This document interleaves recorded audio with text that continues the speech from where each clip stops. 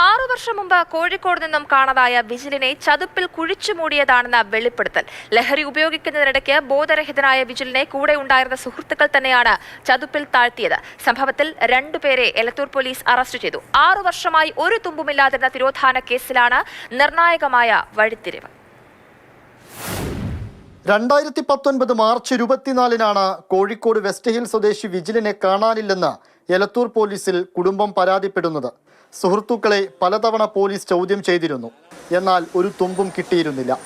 ഇപ്പോൾ mobile phone അടക്കമുള്ളവ ശാസ്ത്രീയമായി പരിശോധിച്ചതിനെ തുടർന്നാണ് കോഴിക്കോട് സ്വദേശികളായ നിഖിലിനെയും ദീപേഷിനെയും എലത്തൂർ പോലീസ് ബാംഗ്ലൂരിലെത്തി അറസ്റ്റ് ചെയ്തത്. 3-ാം പ്രതി രഞ്ജിത്ത് ഒളിവിൽ കഴിയുകയാണ്. വിജിലും സുഹൃത്തുക്കളായ ദീപേഷും നിഖിലും ചേർന്ന് കോഴിക്കോട് സരോവരത്ത് വെച്ച് ബ്രൗൺ ഷുഗർ ഉപയോഗിച്ചിരുന്നു. ലഹരിയുടെ അളവ് കൂടിയപ്പോൾ വിജിൽ ബോധരഹിതനായി. ഇത് കണ്ട് ഭയന്ന ദീപേഷും നിഖിലും അവിടെ നിന്ന് കടന്നുകളഞ്ഞു. 2 ദിവസം കഴിഞ്ഞ് തിരിച്ചെത്തി കരിങ്കല്ല് വെച്ച് ചതുപ്പിൽ താഴ്ത്തി. വിശദമായ ചോദ്യം ചെയ്യലിൽ ഇത്രയും കാര്യങ്ങളാണ് പ്രതികൾ പോലീസിന് മുൻപിൽ വെളിപ്പെടുത്തിയത്. 1-ാം പ്രതി ബാംഗ്ലൂരിൽ അദ്ദേഹം ജോലി ചെയ്യായിരുന്നു. ഞാൻ അദ്ദേഹം കസ്റ്റഡിയിൽ എടുത്ത് കൊണ്ടുവന്ന് അദ്ദേഹം കൺഫെഷൻ നടത്തി.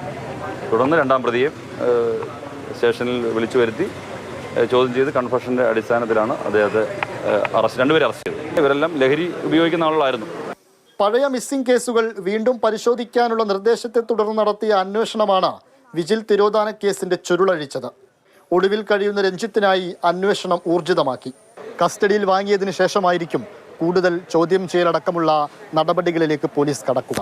മനഃപൂർവ്വമല്ലാത്ത നരഹത്യാ കുറ്റമെന്ന വകുപ്പ്, ആ വകുപ്പിനും മീതെ കൊലക്കുറ്റമെന്ന രീതിയിലേക്ക് കാര്യങ്ങൾ പോകുമോ എന്നുള്ളതാണ് ഉറ്റുനോക്കുന്നത്.